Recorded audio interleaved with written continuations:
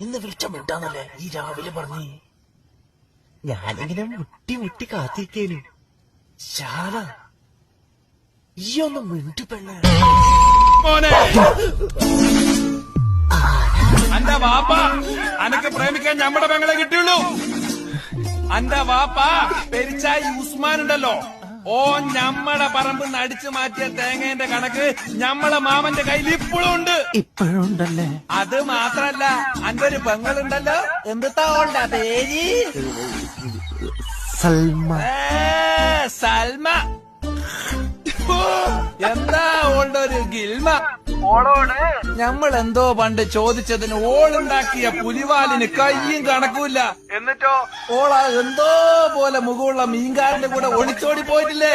അനക്ക് അങ്ങനെ തന്നെ വേണം, അങ്ങനെ തന്നെ വേണം. എന്നാക്കാ നമ്മള് ഫോൺ വെക്കട്ടെ? ഫോണ് വെച്ചാ മോനെ എന്റെ മയ്യത്ത് ഞമ്മളെടുക്കും.